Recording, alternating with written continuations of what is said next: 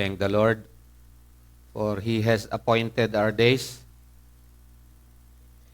And that is our hope, assurance, and peace.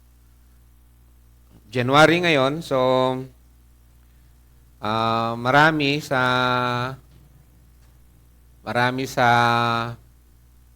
secular ang may maraming New Year's resolution, maraming planning, sabi nga kanina. Hindi naman lahat ng planning ungodly.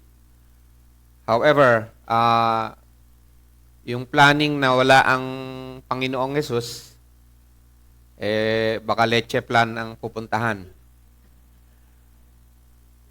And isa sa mga nakakalungkot kung minsan is among Christians, meron din silang mga practice ng New Year's resolution. And they have taken it from Psalms 90 verse 12 na teach us to number our days. But the way they do it just like the pagans who has no faith in God. So it's very important na for the years to come, for example, no, sabi natin, Happy New Year. Ang saya-saya. Marami talaga Happy New Year, ano? Akala natin yung pagbati natin ng New Year, yun ang magbibigay ng pagpapala sa tao pag binati mo siya ng Happy New Year. And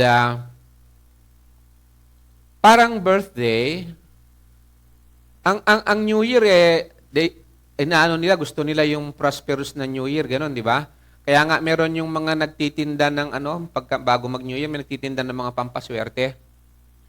Pero ang bad news, sa Divisoria, maraming nagtitinda ng pampaswerte na lugi. Nasa kanila na yung imbakan ng pampaswerte, sila mismo na lugi. You know?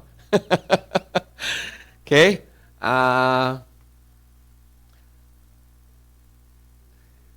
So, they thought yung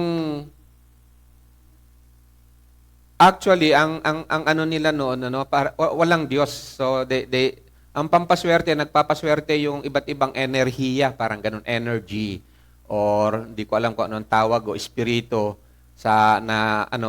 alien from the Bible. Yun nga yung sinasabi ng Panginoon na pag-aalbularyo, no? Pag-aalbularyo na nagagawang kasalanan ng tao. And many, pag-aabularyo din nagagawa nila dito sa topic natin ngayon na teach us to number our days.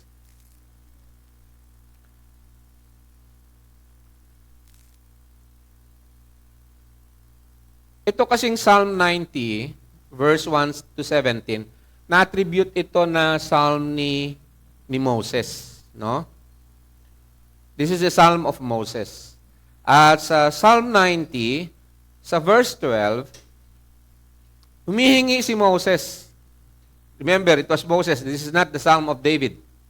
Okay? Kinuha ni David yung salmo ni Moses. Sabi rito, no? Ang prayer ni Moses is, teach us to number our days. Humingi siya ng pagtuturo ng Panginoon. Because kung hindi ang revelation ng Panginoon, kung hindi ang Panginoon magtuturo sa atin to number our days, we will sin against God. Okay? And pupunta tayo doon. However, para maintindihan natin yung prayer ni Moses to teach us to number our days, paano sa Tagalog yun? Turuan mo kami na bilangin ang aming araw. Tuwing New Year, di ba, umiigsi ang ating taon. Pero nagsasaya tayo. Di ba? Welcome New Year! Wow! Yung pala, umiigsi, no? Umiigsi na yung taon mo. Lalo na yung mga senior citizen na katulad ko. Tuwing New Year, pag ganun ano? Di ba? Kasi may epekto pa kuminsan sa atin yung pagan practice ng numbering of our days eh.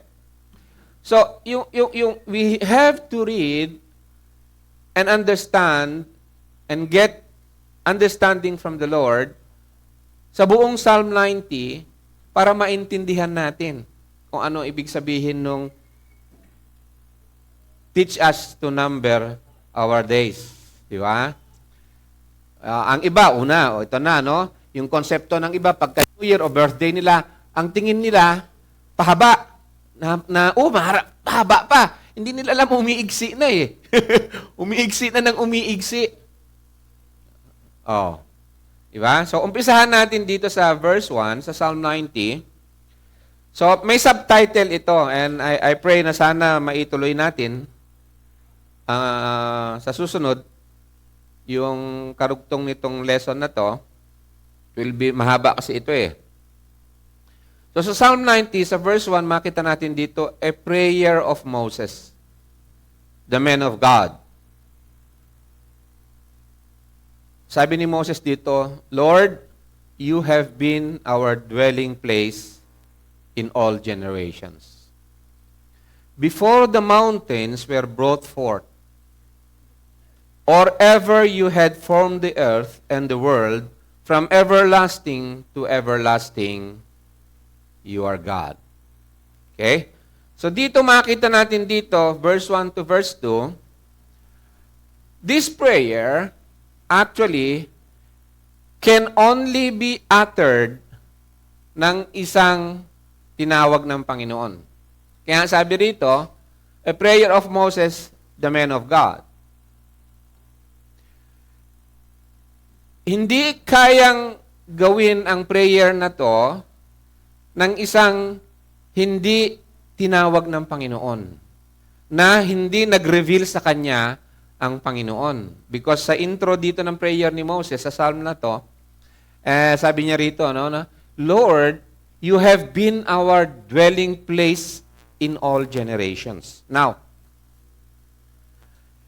napakaganda ng mga expressions sa Book of Psalms. Actually, ang Psalms is considered to be one of it is a masterpiece. Kasi siyempre, ang origin niya divine. Di ba? Walang makaparallel sa beauty, sa ganda ng Psalms as a literary piece. Parang poetry, parang mga paggamit niya ng mga metaphors, yung bokabularyo ng Psalms is really it's of, you cannot say anything na kundi it's of divine origin. Not even, sabi nung mga nag-analyze dito, not even yung napakaganda na literary piece ni nung mga, kayo alam niyo yung mga teachers dito siguro, yung si Shakespeare, although hindi pa ako nakabasa ng Shakespeare. Yung works ni Shakespeare daw ay talagang work ng isang genius. Pero no match pa rin sa Psalms. And so why I'm saying this so that you maka-expect rito ng mga expressions, mga figures of speech. Alam niyo yung figures of speech? Hindi siya literal. Literal, may pagka-literal, pero it is a figure of speech na napakalawak, napakalaki ng kino-communicate niya, hindi siya limited doon sa bokabularyo niya lang. No? Na literal. Okay. So, here, sabi ni Moses dito sa kanyang prayer, a prayer of Moses, the man of God, Lord, you have been our dwelling place in all generations. Bago na sabi ni Moses yan, we know that Moses, siya yung sumulat nung first 5, nung Pentateuch na tinatawag, yung first 5 books, no? Genesis, Exodus, Leviticus, Numbers, Deuteronomy. And when Moses talks about in all generations, sabi niya rito, he's talking about yung generations nung mga tinawag ng Panginoon. In the Old Testament, ano ba ang salvation, kaligtasan sa Old Testament? It is by grace, through faith. The same sa New Testament, by grace, through faith. Ang kaligtasan ay biyaya lang ng Panginoon. For all have sinned and come short of the glory of God. By one man, sin came into the world, and all have sinned, and all died. So, nung andito tayo, hindi natin inaantay yung mamatay tayo para harapin natin yung paghuhukom. Hindi, nahukom na lahat ng tao dito. They are all dead. Okay? Yun lang awa ng Panginoon ang magbibigay ng buhay sa atin. At makikita natin to. So, sabi dito ni Moses, you have been our dwelling place in all generations. So, Moses, nung ginawa niya yung Psalms 90, nagpakilala ang Panginoon sa kanya. Doon sa kanyang generation. Those in faith. For example, from Seth to Noah to Abraham, to Enoch to Abraham. Pagkatapos, sino anak ni Abraham? Isaac. So, generation, sunod-sunod na generation. Then, Isaac, and then, Jacob. So, yung men of faith na to, yung generations of faith na yan, tiningnan ni Moses yung pagpapakilala ng Diyos sa kanyang sarili. So, it's very important that you read yung Old Testament. Katulad nung nagagawa natin sa mga ilang lessons natin na para maintindihan natin yung Christ the Redeemer, we have to go back sa Old Testament para makita natin talaga yung malalim na kahulugan nun. And so here, Moses says, you have been, O God, sabi niya rito, you have been our dwelling place in all generations. If you take it literally, kung literal ang pagkaintindi mo dyan, sabihin mo, paano ako titira, mananahan sa Diyos? Hiligan ko ba yung Diyos? And yet, you will see that expression here. Kung literal. Then figures of speech comes into play. Then there must be something kung ano ibig sabihin nung you have been our dwelling place in all generations. And then he says in here, see, sabi ni Moses, before the mountains were brought forth, or ever you had formed the earth and the world, from everlasting to everlasting, you are God. Again, yung sabihin ng men of faith, ng isang tao na nasa pananampalataya, that you are my God, yung pagkakatawag mo ko sa kanya ng God, depende yun na naman sa revelation niya sa iyo. And you can only know the true God kung base ka doon sa Biblia na revelation ng Diyos. Because yung Muslim, may Diyos din. Yung mga ibang tao, may Diyos din. Yung Diyos ba ng Iglesia ni Cristo, parehas ng Diyos ng Biblia, ng Kristiyano? No. They are not the same. Pero ang sabi ng karamihan, iisang Diyos lang para parehas lang. Iisa lang ang Diyos ng lahat. Kay Muslim, kaya nga ngayon, meron ngayong asosasyon ng Muslim, ng Jew, ng Roman Catholic na sila sa Dubai, meron silang center of worship sa Abu Dhabi. Na kung saan tabi-tabi yung nila, yung templo, parang ganon, at kasi iisa lang naman pananampalataya nila, sabi nilang ganon. But here, no, hindi parehas. Yung Diyos nung iba ay hindi siya yung Diyos ng Biblia. Yung Diyos nila is kathang isip ng tao. Okay, makikita na natin yan mamaya. So, itong Diyos na sinasabi ni Moses, sinabi niyang, you are God. Sino itong God na sinasabi niya? This is a God who created everything. Siya ang Diyos na lumikha lahat ng bagay. At siya ang may akda sa galaw ng mundo, sa history ng tao. Siya ang may akda sa history ng mundo, ng kanyang nilikha. So, itinalaga niya kung ano ang lahat ng mangyayari. Mundo niya ito, nilikha niya ito. Pag-aari niya ang lahat.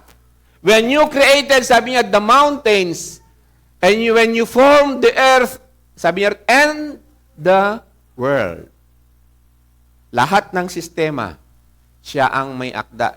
From gravity to the smallest atom ng ating katawan, siya ang may akda lahat niyan. Kung paano yung stars manatili sa heavens, kung paano yung clouds, kung paano yung may bagyo, walang bagyo, lahat ng season, siya lahat ang may akda. And this is the God of the Bible. Siya ang may akda. Kaya nga, sa Kanya, yung tao, yung gawa ng tao, na hindi sumasampalataya sa Kanya, ay, nabasa natin kanina, ay aalisin niya na parang inalis ng isang dilubyo, ng isang baha, parang ganon. But anyway, before we proceed there, so it's a verse 1 and verse 2. Verse 2, dinescribe ang attribute ng Diyos na to. He is sovereign. Siya ang may akda. Siya ang may kapangyarihan sa lahat. Siya ang lumikha ng kung ano ang mountain. Siya ang nagpangalan kung ano ang mountain. Siya ang nagbigay din sa atin ng ating language, ng ating ability to communicate.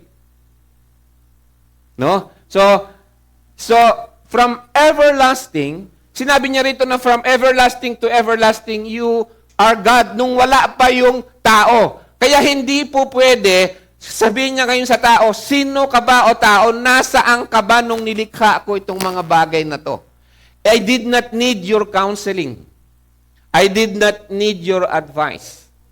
Hindi niya rin pwedeng sabihin ng tao, sabi ng iba, yung tao sila ang nag-imbento sa Diyos.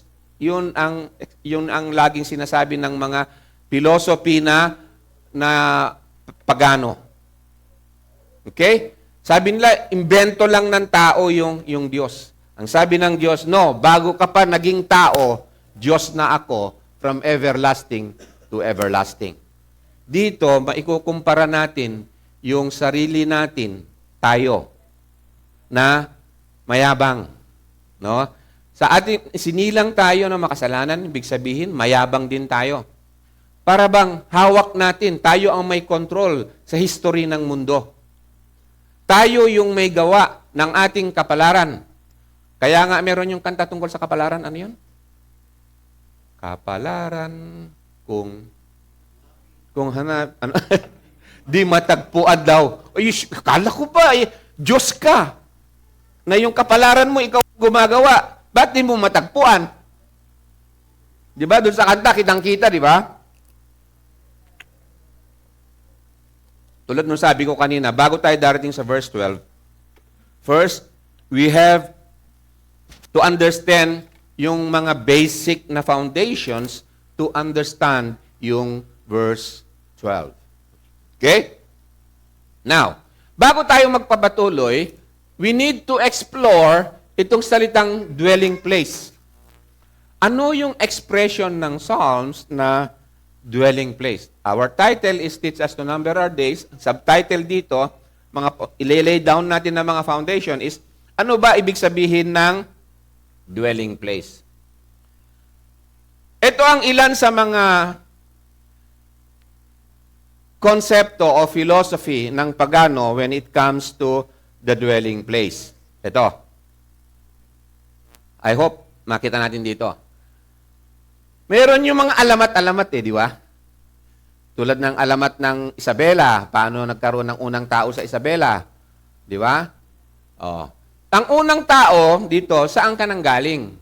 Sa balong malalim. Bugtong-bugtong to Saan daw galing ang tao? Ito daw ang nangyari pala sa tao. Ang lawin, matapos awayin ang Panginoon ng dagat, ay lumapag, may ibang Panginoon pala, yung dagat, may Panginoon, yung may Panginoon. Yan ang sinasabi ko. Na ito bang Diyos ng Biblia ay katulad ng Diyos ng iba, na iisa lang ang Diyos natin? Hindi. Hindi. Maliban na ang Diyos mo ay ang Diyos ng Biblia, hindi yun ang tunay na Diyos. at hindi Diyos. Okay? So, ang lawin matapos awayin ang Panginoon ng dagat ay lumapag sa isang pulo upang magpahinga. Namataan niya ang isang malaki at matayog na punong kawayan. Pinagtutuka at nabiyak ang kawayan. Lumabas mula sa biyas si maganda at si malakas, ang unang tao sa Pilipinas. Buti hindi unang tao sa buong mundo. Sa Pilipinas, tingnan mo, meron siyang sariling alamat. So, doon, no? Ito naman, may joke pa siya eh. Walang alamat ang mga mahina at may itsura, kaya maaaring akalain na ang magaganda at malalakas ay mga putok sa buho. At ang mga pangit ay ang mga payatot ay ipinanganak sa ospital. Tingnan mo yung consistency ng paniniwala sa ibang Diyos, ano? Ngayon, dahil sa paniniwalang yon, ito, lumabas sa literary piece na ito. This is a literary piece. Okay? Lumabas sa literary piece na ito, yung expression or figure of speech na putok sa buho. No? Ang alamat ng tao. Sa ibang putok sa kawayan.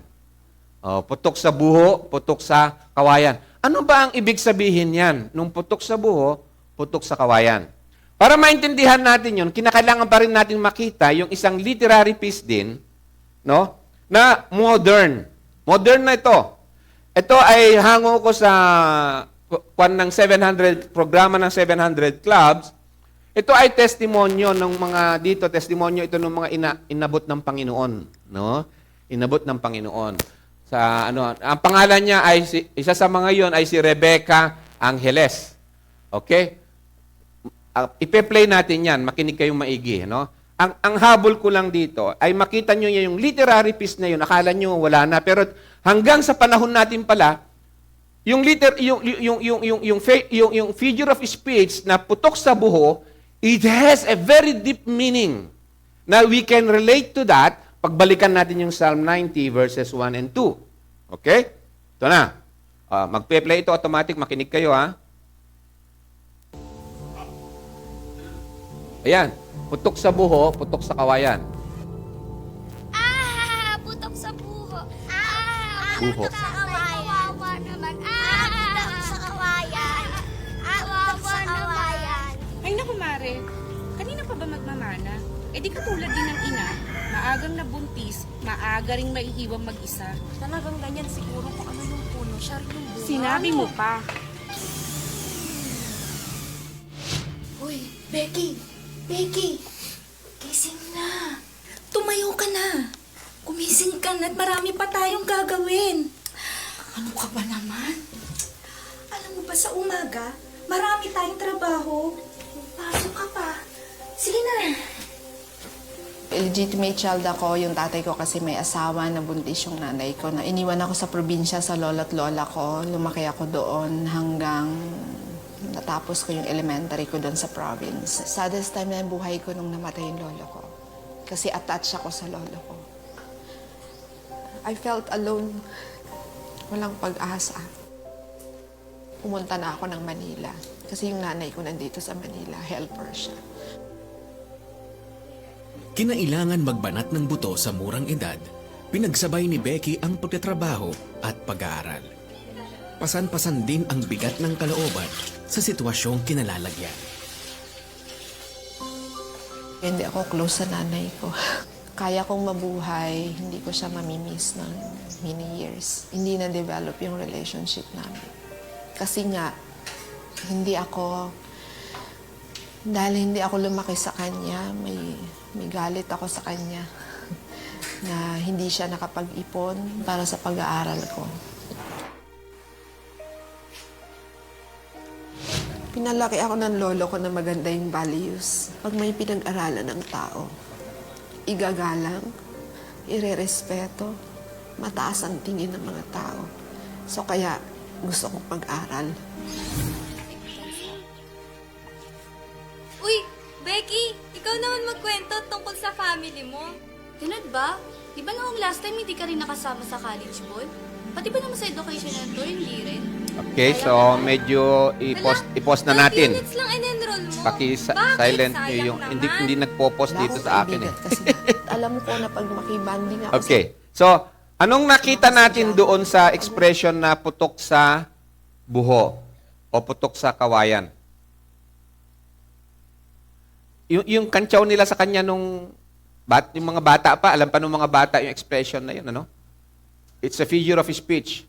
Walang tatay, okay? Isa yun. Walang, ano ba ang ibinibigay pag may isang tatay ka, may tatay ka? Tulad yung mga anak ko noon, ano, nasa abroad ako. Wala ang tatay niya. Kakantsawan, maano yan yung bata, maapektuhan yung bata. So, yung ama ng tahanan, ang nire-represent dito is, ito yung home.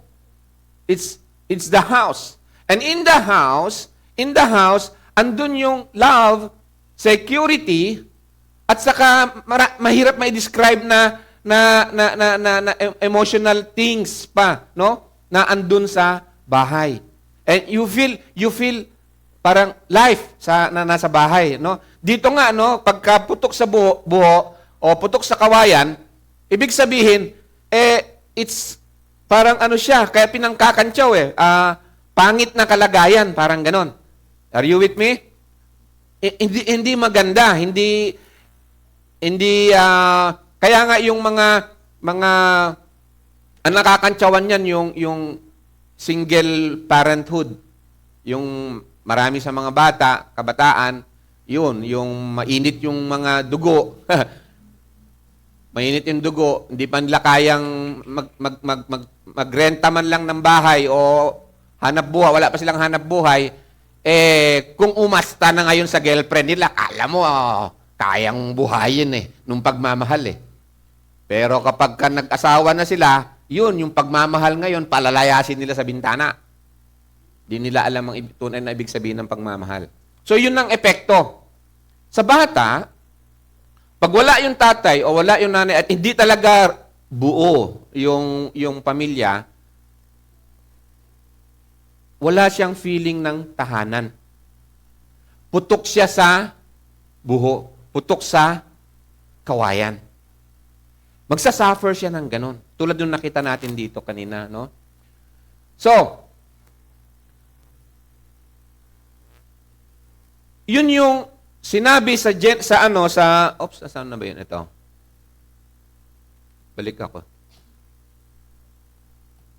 ako, okay?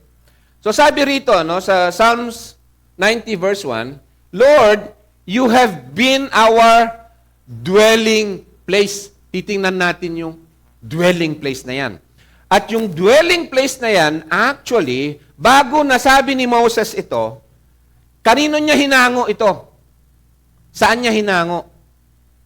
Yung expression na, you have been our dwelling place. O God, you have been our dwelling place. Si Moses, siyempre, siya yung sumulat ng Genesis Alam niya yung accounts nung Diyos, yung revelation ng Diyos, alam niya yon, yung revelation ng Diyos sa kanyang mga henerasyon na pinanggalingan niya. And so, titingnan natin, again, pupunta tayo doon sa henerasyon na yan kung saan doon na i-reveal kay Moses kung ano ang ibig sabihin ng dwelling place. So, tingnan natin yung tungkol sa buhay ni Jacob. Doon unang ginamit sa buhay ni Jacob yung salitang dwelling place or house. Dwelling place or house. Parehas po yung meaning niya. Romans chapter 9 verse 8 to 16. Tingnan natin ang sinasabi ng New Testament, revelation ng New Testament tungkol kay Jacob. Doon sa generation ni Moses. Okay. Romans 9, 8 to 16. This means that it is not the children of the flesh. It is not the children of the flesh who are the children of God. So hindi sa pamamagitan ng ating galing, ang ating capacity o ng lahi o ng kung bakit tayo tinawag na children of God. But the children of the promise are counted as offspring. Kaya nga, it's all by grace. It is the promise of God to Abraham and then sa sunod-sunod na generation ng men of faith. For this is what the promise said. About this time next year, I will return and Sarah shall have a son. And not only so, but also when Rebekah had conceived children by one man, our forefather Isaac, though they were not yet born, hindi pa sila ipinapanganak, and had done nothing either good or bad. Wala silang free will. Walang effect yung choice or free will nila sa Diyos. You see the point? Wala ring effect doon yung pinanganak siyang maganda, si malakas siya kaya pinili. Hindi. They were not yet born, had done nothing either good or bad, in order that God's purpose of election might continue, not because of works. Not because of works. There is none in men, even in the creation, none in the creation nor in men, yung pwede na mag-elect sa kanyang sarili sa Diyos. It is all by God's purpose. Not because of works, but because of Him who calls. So, what matters is, it is God who rules history. Nilikha niya ang lahat ng bagay for His own purpose, for His own glory. Okay? At doon, umpisahan ko na isama doon yung, dito natin unti-unting makikita yung ibig sabihin ng God is our dwelling place. Who is this God? He's a God na hindi ka pa man, wala ka pa man, andun na yung mountains, andun na yung, bago pa yung mountain o yung mga hills, yung river o yung araw, you were not yet born, they have done nothing good or bad, and yet, tinawag na sila ng Panginoon. Imagine ang Diyos na ganyan, na siya ang iyong tahanan. You know, as a figure of speech, siya ang iyong tahanan. Hindi mo pwedeng upuan ang Diyos, hindi mo siya pwedeng gawing unan. But it is a figure of speech. He is our dwelling place. And she was told, no, kay Rebecca, the older will serve the younger. Hindi pa sila pinapanganak, ha? Wala pa yung mga mountains. The older will serve the younger, as it is written, Jacob I loved, but Esau I hated. Ephesians chapter 1. Ano sinabi ng Diyos sa atin? Before the foundation of the world, minahal na tayo ng Panginoon. While we were yet sinners, minahal na tayo ng Panginoon. Okay. As it is written, Jacob I loved, but Esau I hated. What shall we say then? Is there injustice on God's part? By no means. For He says to Moses, I will have mercy on whom I will have mercy, and I will have compassion on whom I will have compassion. Hindi natin pwedeng i-elect o piliin ang ating sarili para sa Diyos. Kundi ang Diyos mismo ang tatawag at mimili. O ganito na lang, kung hindi ang Diyos mismo ang lumikha ng para sa Kanya. Siya ang manilikha. This is the God. This is the God that revealed Himself to Moses nung sinulat niya yung Psalms 90. Okay? Siya yung sovereign God, siya yung may likha lahat ng bagay, at siya lang ang nagtakda ng lahat ng bagay, pati ng ating buhay ng mga tinawag niya. Hindi pa sila sinisilang, sinabi na niya, Jacob I loved, Esau I hated. No? That's from the New Testament. Ngayon, pumunta tayo sa Genesis 28, kung saan makikita natin dito, yung pagkakatawag kay Jacob, yung revelation ng Diyos kay Jacob, na kung saan si Moses, nung nakita niya yun, binasa niya yun, Ni-reveal ng Diyos sa kanya yon, then nakita niya, from all our generations, you are the God, our dwelling place. So dito sa Genesis 28, kunin lang natin yung mga importanteng highlights. Jacob left Beersheba and went toward Haran. Ito si Jacob, siya yung tinawag nila na nung isilang kasi itong si Jacob, si Esau at Jacob, twins sila no? Kambal sila.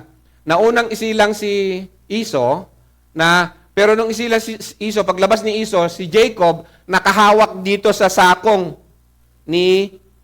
si Jacob nakahawak sa sakong ni Esau. Kaya siya tinawag na Jacob.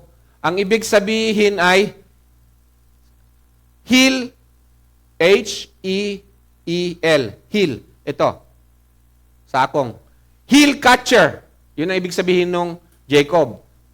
Yung iba ngayon, pinasama yung pangalan ni Jacob dahil inagaw niya daw yung birthright, ni Esau. Pinasama si Jacob, tinawag siya tuloy na deceiver. Pag ginawa siyang parang si Satan na deceiver. But I challenge you to read the life of Jacob. And anyway, I'll give you a hint diyan. Sa Hebrews chapter 12 verse 16, pakibasa niyo lang po. Hindi ko mai-flash dito. Hebrews 12:16. Ano ang description tungkol kay Esau? Hebrews 12:16. Ano ang description kay Esau? Hebrews 12:16, please. Pakibasa. Bible.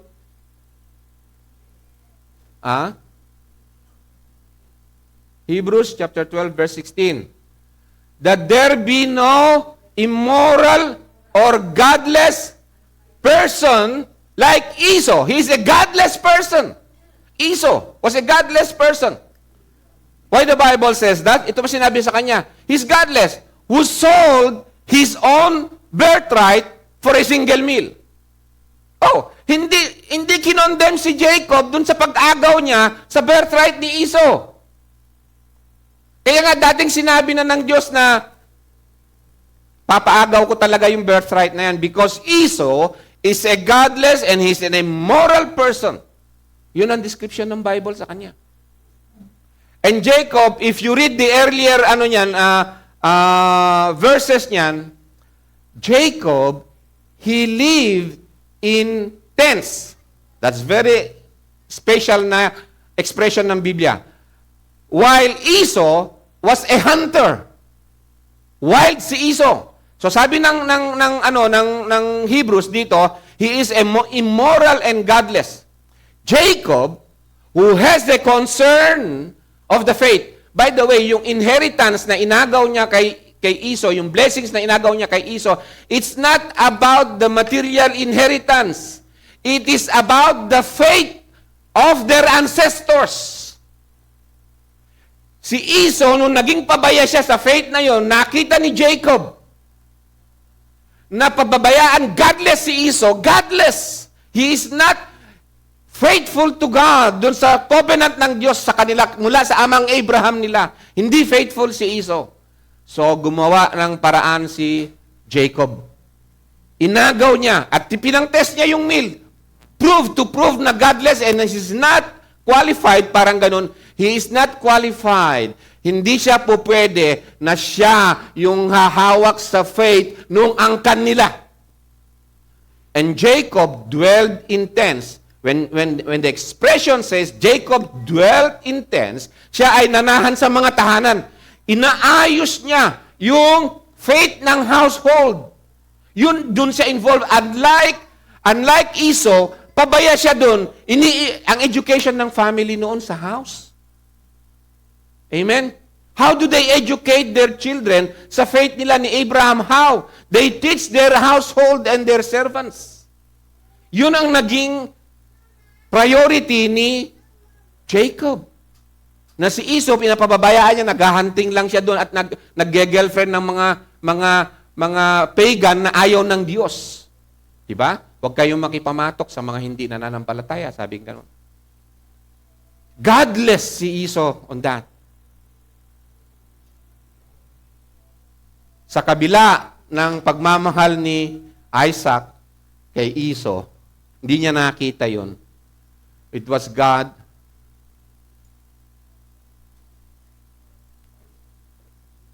It was God, no, na nagtalaga na makita ni Jacob yung puso ni Esau. So, kinuha niya yung birthright. Sabi, in-offer lang siya ng 1 meal. Sopas lang. Para bebenta niya. Wala sa kanya yung birthright. Hindi po pwede na siya. Okay? That was the story of Jacob. Pinasama ng maraming theologians si Jacob na siya daw ay mandaraya. O hindi. Tinayuan niya. Pinaglaban niya yung pananampalataya. That's why sa kanya lang din inireveal ng Diyos yung Jacob's ladder at saka yung expression na the house of God or the dwelling place. Okay? So there it is. And then sa verse 12, and verse 11, and he came to a certain place and stayed there that night because the sun has set. Taking one of the stones of the place, kinuha niya yung isang bato doon, no? He put it under his head. This is, ang ganda-ganda ng piece na to, no? Kung tingnan mo, imagine niyo parang sine. Pero isipin mo, bato, kinuha niya, iniga niyang ganon. It has a lot of meaning, okay? Taking one of the stones of the place, he put it under his head, lay down in that place to sleep. And he dreamed, and behold, there was a ladder set up on the earth, and the top of it reached to the heaven.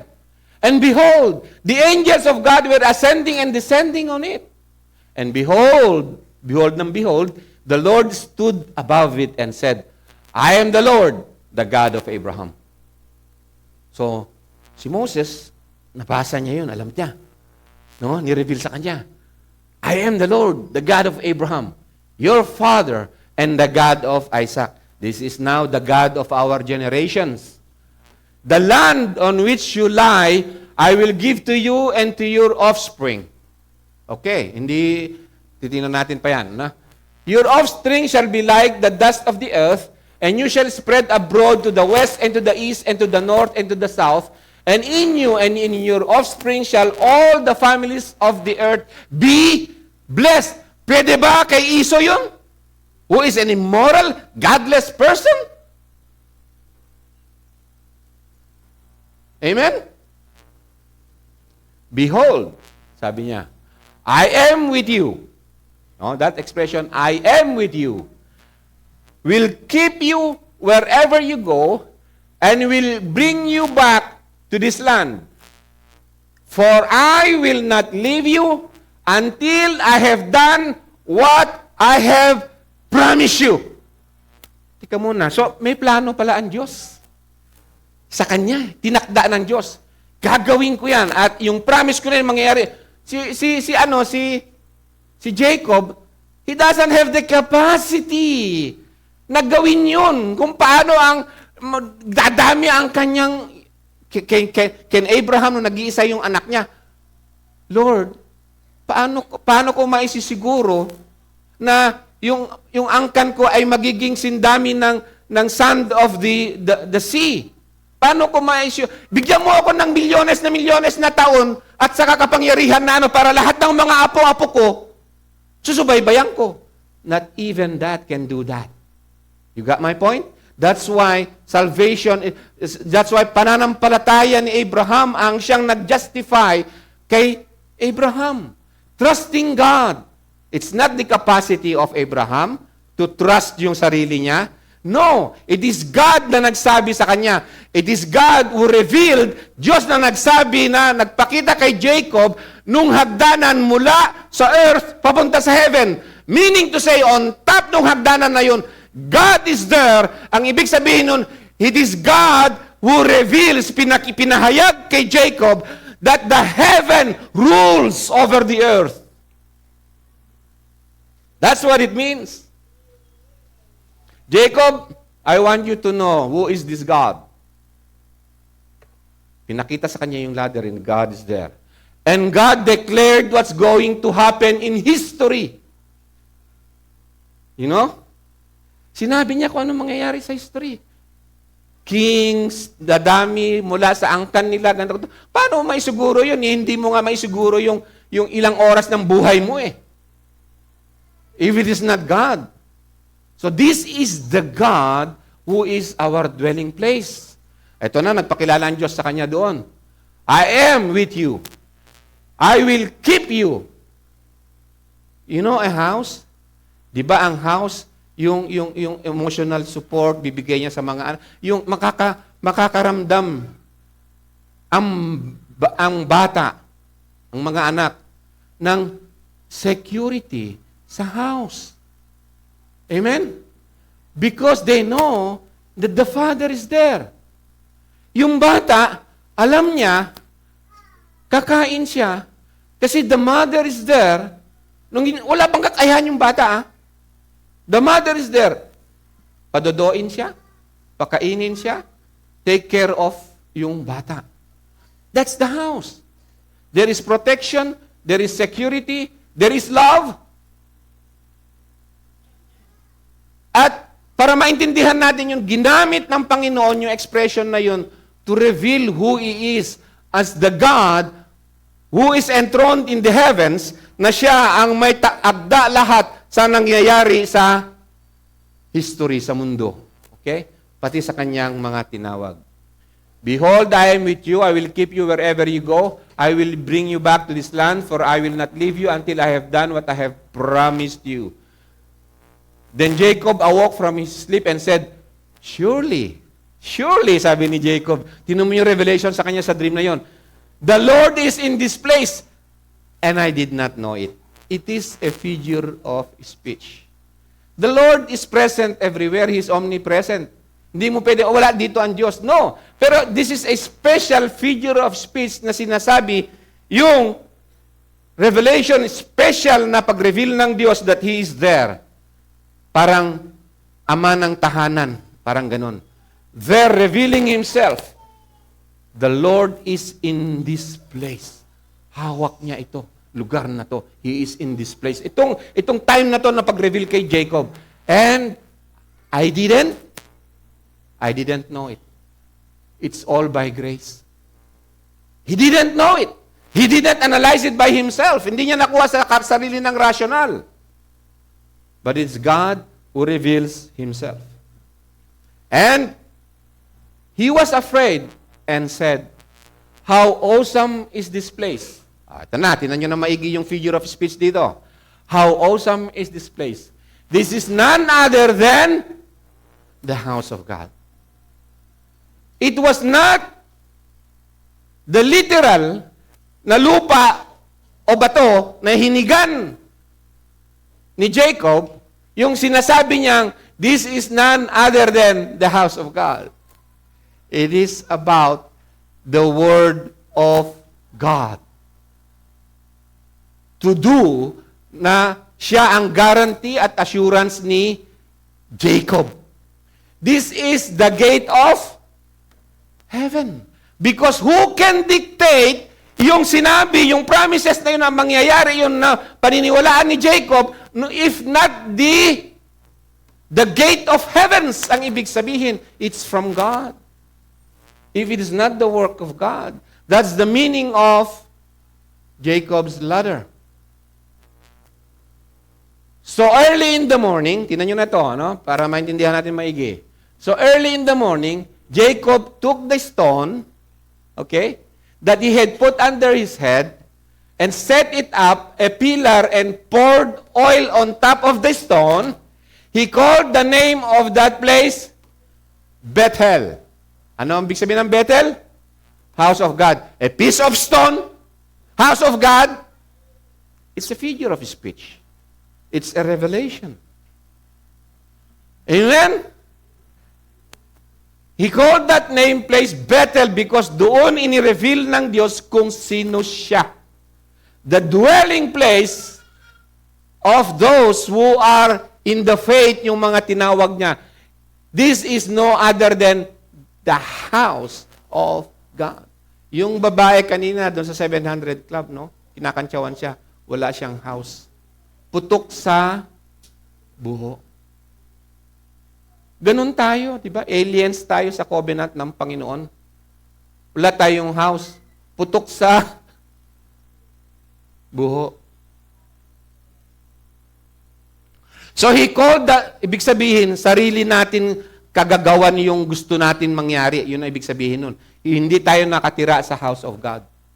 Because when you dwell in the house of God, you abide doon sa kalooban niya. Kung ano ang gusto niya. May house rules, di ba? Bilang anak, susunod ka dun sa kalooban ng may house.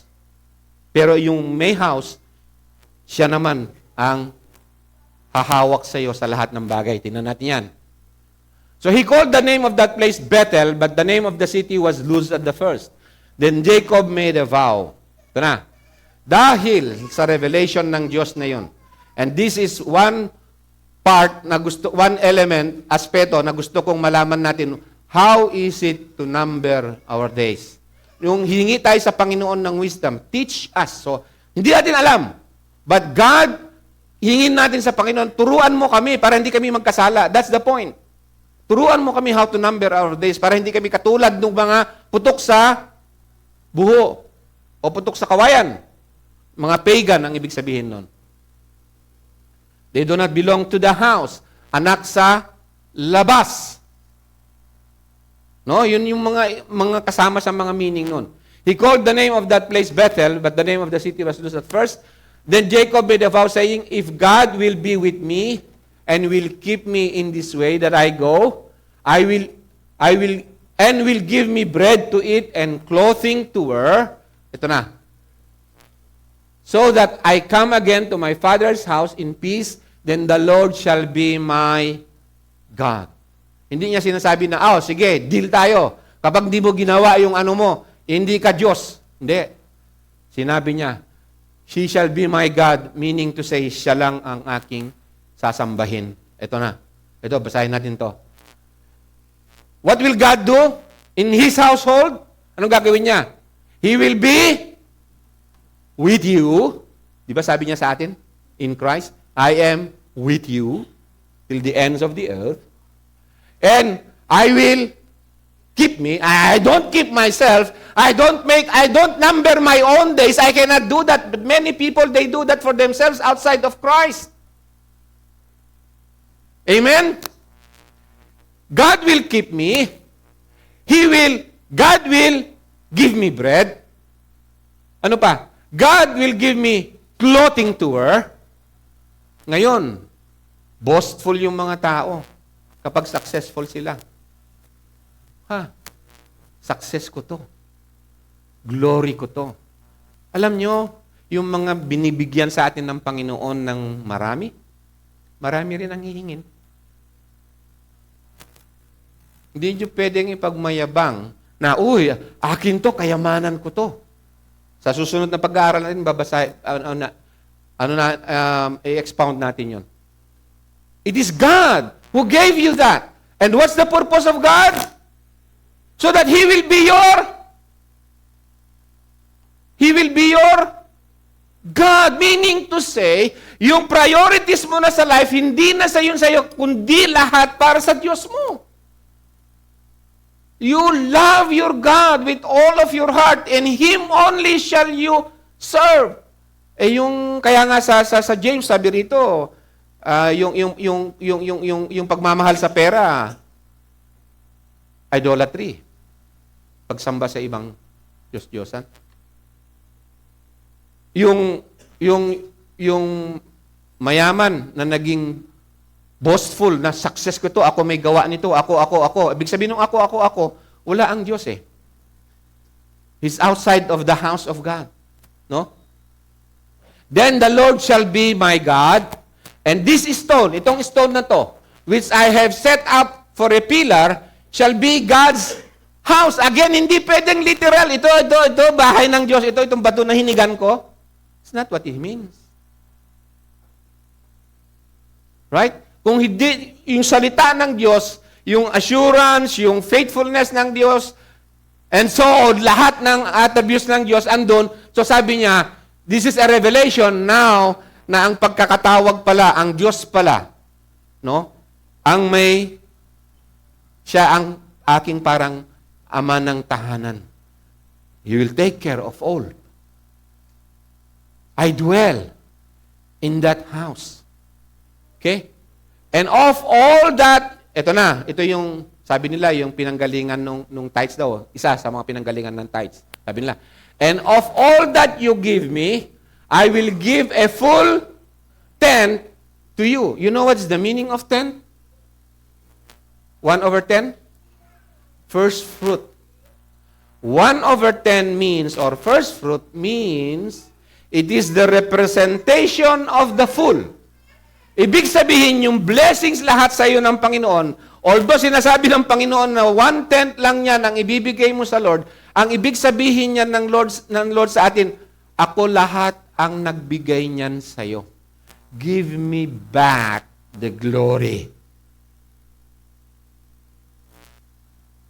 I am, sabi niya, the owner of the house.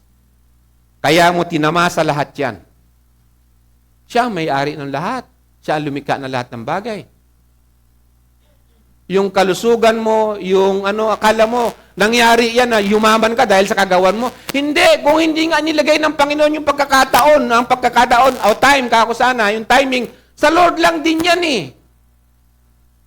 Pag-isipin nyo maigi, sino mang naging successful, sabi nila, na tao dito sa mundo, naging mayaman o ano, kung hindi ang Diyos ang nagbigay ng time o ng opportunity, hindi naman mangyayari yun eh. Hindi ako nakapag-abroad kung hindi ang Panginoon nagbigay ng opportunity. Hindi ko kaya. Hindi ko kaya planuhin sa sarili ko. Hindi ka naging successful kung ginanon, nasubukan mo na yung muntik mamatay. Bakit nabuhay ka pa?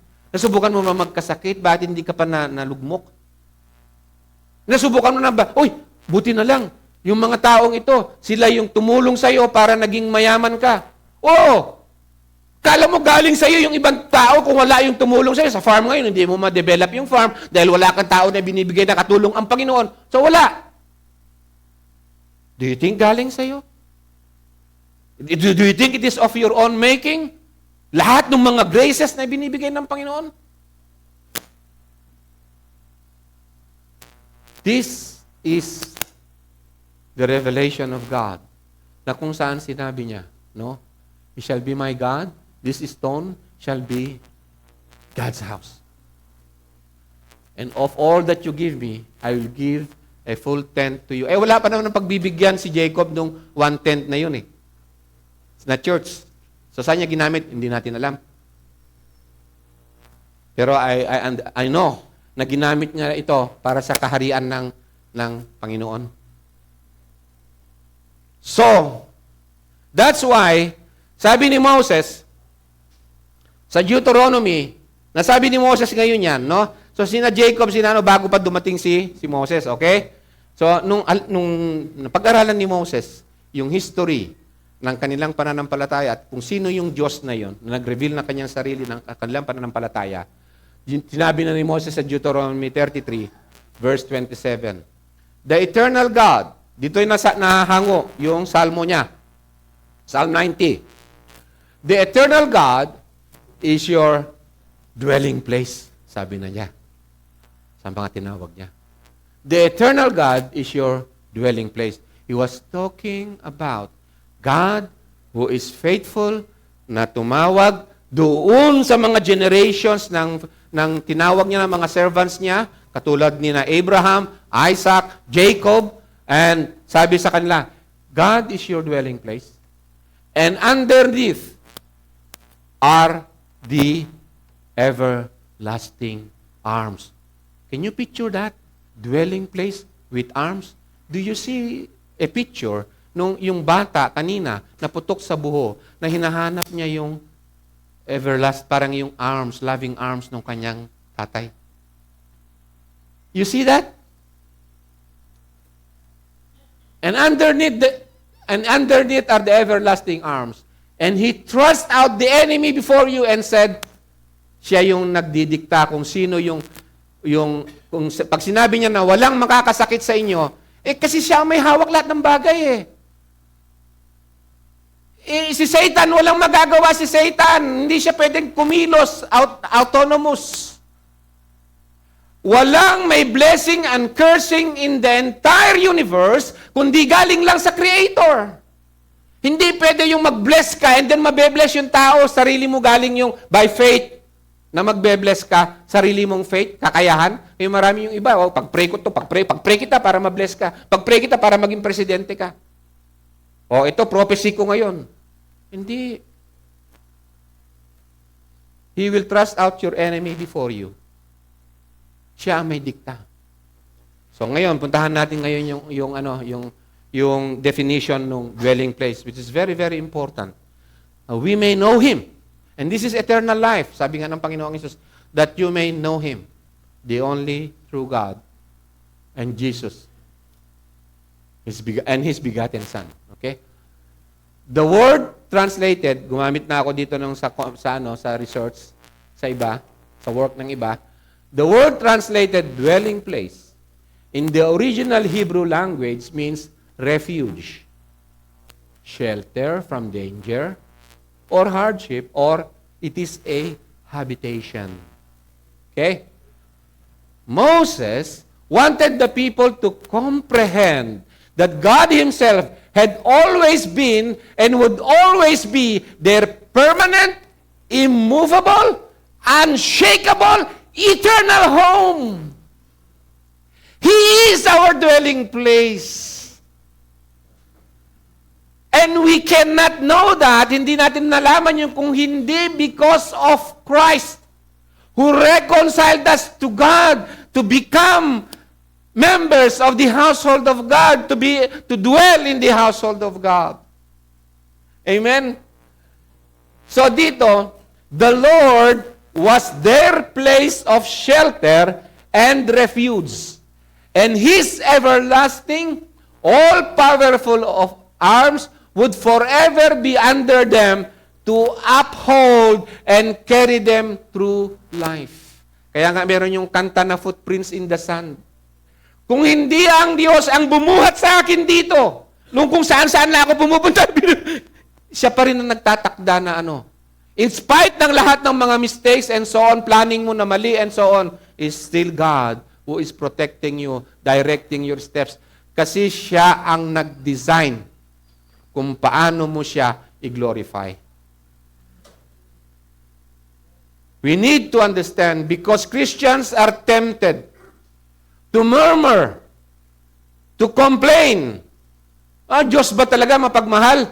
Kapag ka meron ng problema katulad ng buhay ni Jacob, if you look at the life of Jacob, sabi ng Panginoon, Jacob I loved but Esau I hated. But if you look at it, mas prosperous pa si Esau materially kaysa kay Jacob in the beginning. Si Jacob nung pumunta pa sa para gumawa ng asawa niya doon sa household ni Laban, nadaya siya ang dinaya, siya ang ganito. Hindi yun yung whatever you sow, you will reap. Hindi yun. Dinaan lahat siya ng Panginoon doon kasi yun ang pagmamahal ng Panginoon sa kanya. Because God is His dwelling place. God knows kung ano yung mabuti para sa atin. Hindi tayo ang nagdi-define kung ano mabuti para sa ating sarili. It is only through His revelation, His will. Minsan, sabi mo, inihanda ka ng Panginoon dito sa pagkakatawag sa iyo ng Panginoon, pero bago ka tinawag ng Panginoon, ang daming masasakit na pangyayari sa buhay mo. Mahal ba ako ng Diyos? Bakit ganito, ganyan?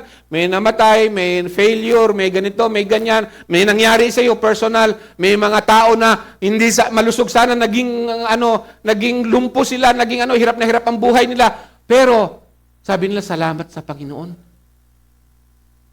Kung hindi dahil sa pagkakalumpo ko, kung hindi dahil sa sakit na to, hindi ko sana siya nakilala na Diyos ko, na may dwelling place. Perfect ang will ng Panginoon sa atin, pero sa atin, hindi perfect. God doesn't need our justification kung paano niya i-deal yung detalye sa bawat isa sa atin. Mahal ng Panginoon yung isang kapatid, mahal ng Panginoon yung isang kapatid, yung anak ng isang kapatid, Namatay. Yung anak ng isang kapatid, hindi namatay.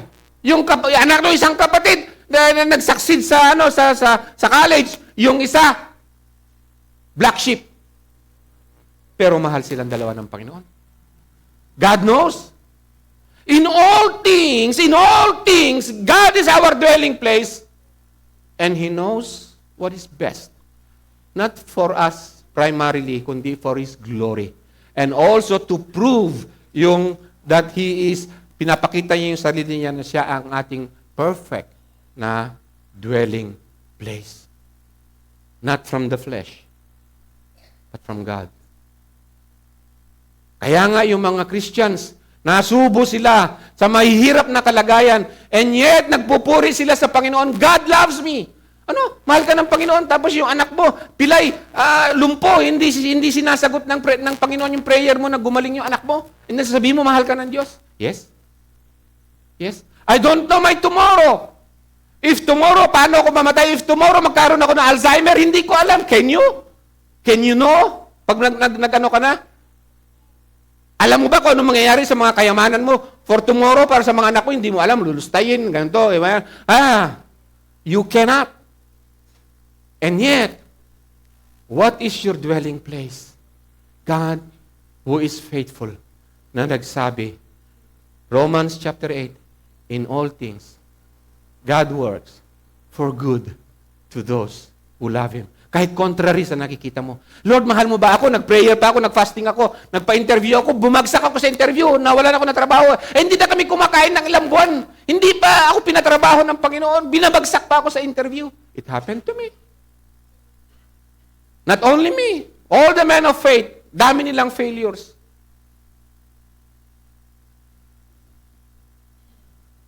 Si Joseph, in Egypt, naging tapat. Tiwalang-tiwala siya sa mga kapatid niya. Yung pala, ibinenta siya ng mga kapatid niya, nainggit sa kanya, ibinenta tuloy siya. Muntik pa siyang patayin, gusto pa siyang patayin. And then, nung nasa Egypt siya, naging tapat siya, nagtatrabaho, pinagbintangan pa siya. Nakulong siya nang hindi niya kasalanan. Where is justice? If God is my dwelling place, where is justice? Kaya sabi sa Romans chapter 9 kanina, is there injustice with God? No. For He has mercy on whom He has mercy. He is that God. He is our God. He is our God. Who loved us. Who gave His only begotten Son. That whosoever believeth on His Son, believeth on Him as well. And they will have life with Him. Amen? Then next, sa definition ng dwelling place, David loved being in God's presence. Kung basahin niyo sa Psalms 26:8, take note of them. He often prayed. David understood the meaning of that. In the Spirit, sabi niya, I long to dwell in your tent forever. Yung tent na yun, andun sa sa maliit na stone na hinigan ni Jacob. You know what I mean?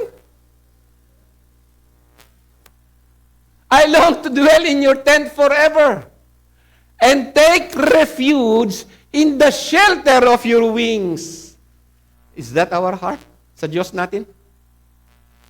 Sa lahat ng mga walang kasiguruhan sa buhay na to, sa ganang paningin natin.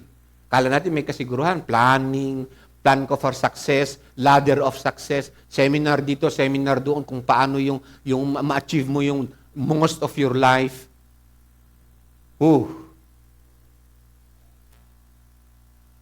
Sabi ni David, as a son of God,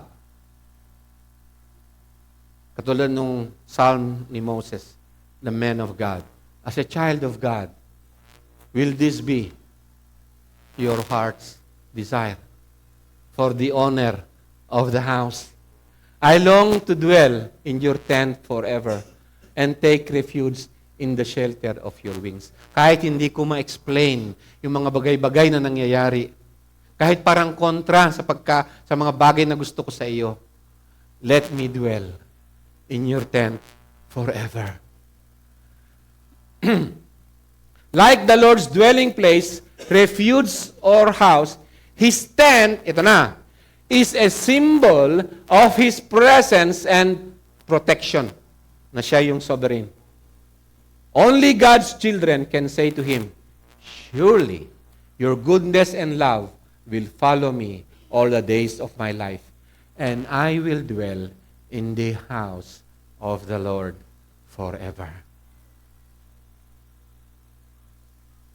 Kaya nga si Christ ang ating Sabbath. Siya ang ating rest. We rest from the works of our hands, from our own struggles.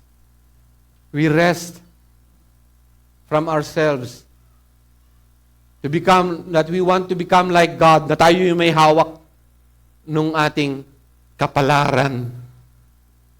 Amen? Today, we experience the richness of God's presence through a relationship with Jesus Christ. You read that, okay? Picture nyo. Jesus came to dwell among us so that we might live with God forever. Before we accepted Christ as Savior, we were living apart from God. But once we were united with Christ, we were brought near by the blood of Jesus. Through His death on the cross, Jesus provided access by one Spirit to the Father. 2 slides. Ito yung nagdudwell tayo sa house. The one, the Creator, the Predestinator, the Determiner of all things, our God, the Father of our Lord Jesus Christ, who loved us. Sabi niya rito, ito yung assurance niya sa atin. Nung katulad ng pagkakatawag niya kay Jacob, nung ipinakita sa kanya yung Jacob's ladder, that is my house. The Lord is present here, sabi niya. This is no other than the house of God. At ito yung revelation ng house of God sa atin. No? Behold, I have engraved you on the palms of my hands. Your walls are continually before me. Yung boundaries sa iyo, walang pwedeng iba na magbabago kung ano itinalaga kong pagmamahal sa inyo. Your walls are continually before me. I have engraved you on the palms of my hands. That is Christ, who died on the cross. What love more do we want more than that? Nothing. Wala nang mas mataas pa na pagmamahal na ibinigay ng Diyos sa sangkatauhan, kundi in that way. Kaya nga, let's end here. Romans 8:26-28. In the same way as the Spirit also helps our weaknesses. Okay? See? Nakikita nyo yan? Yung mga weaknesses natin. Hindi tayo nagpayaman sa sarili natin. Hindi tayo nagbigay ng success sa sarili natin. It's all God's grace. Kaya nga ang God's grace, kahit nga sa unbeliever, sabi niya, pinapaulan niya at binibigyan niya ng araw. Amen? How much more, sabi niya, kayo, na mga anak niya. The Spirit also helps our weakness, for we do not know how to pray. There kay Moses, di ba? It is the Spirit yung nagbigay kay Moses ng prayer na yon. We do not know how to pray as we should. But the Spirit Himself intercedes for us with groanings too deep for words. Kasi nga, hirap mag-pray lalo na kung problemado ka. Paano kaya, bakit ako nasaktan ako, na traitor ako, nadaya ako, ito nangyari sa buhay ko, nawala ako sa trabaho, hindi naman, tama o whatever. Dami na, magko-complain, may doubt ka na sa Lord, mahal ba ako ng Panginoon? Bakit ako nagkasakit, Lord? Ba't ako, di ba? Masipag naman ako sa church, nagbibigay naman ako ng tithes ko, bakit pipilay-pilay ako ngayon? Bakit ako na may problema ngayon, Lord? Ganito nangyari sa anak ko, ganito nangyari. And then, umaalis na tayo sa dwelling place of God. Amen? Di ba? But He assures us again and again, sinasabi niya, He who searches the heart knows what the mind of the Spirit is because He intercedes for the saints. So sinasabi niya ito sa atin. He interceding for us according to the will of God. And we know that God causes all things together for good. Together for good, Lord. Kahit yung asawa ko nawala sa akin, that's for my good. Oh naman, Lord, come on. Sana all. Di ba kung may misfortune yung iba, gusto natin may misfortune. Kung may misfortune ka, gusto mo yung iba rin sana para parehas. Kasi maiinggit ka siya, walang misfortune, ikaw may misfortune. Pagka yung iba nagkaroon ng misfortune, di ba tuwan-tuwa ka? Oh, yan mo yan. Ako, mahal ako ng Panginoon, ikaw hindi. Yung nangyari kay Job eh. We know that God causes all things. All things. Kahit hindi mo maintindihan, kahit masakit sa'yo. Kahit hindi nagtatali sa sinasabi mo na mapagmahal ang Diyos. Hindi nagtutugma sa sarili mong comprehension. But still, He says, God causes all things to work together to those who love God. And to those who are what? Called. Kailan ka tinawag? Before the foundation of the world. Before the mountains were there. Thou art God from everlasting to everlasting.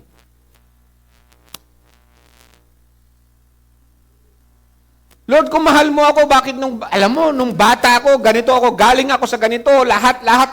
Buti na lang, nagsaksid ako sarili ko. Oh, talaga? Ikaw?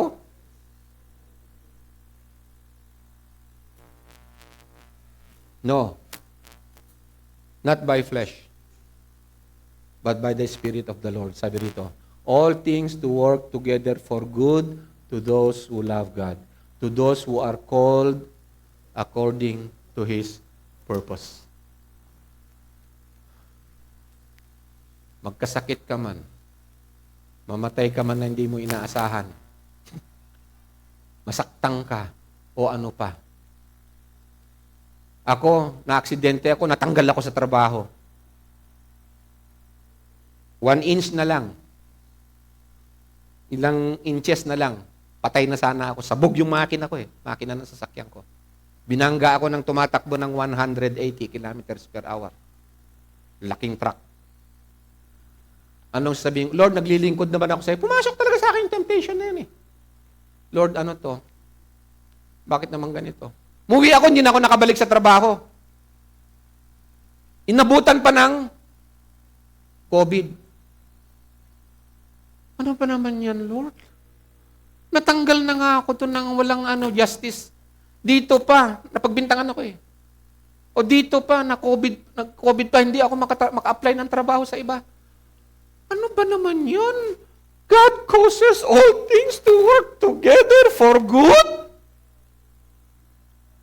Yes. The answer is yes. God called us to that trust in Him, in His dwelling place. Dahil hindi tayo, anong tawag doon? Sa buho? Putok sa buho. Hindi tayo putok sa buho. In Christ, kinuha niya tayo sa Kanya. Amen. God bless you po.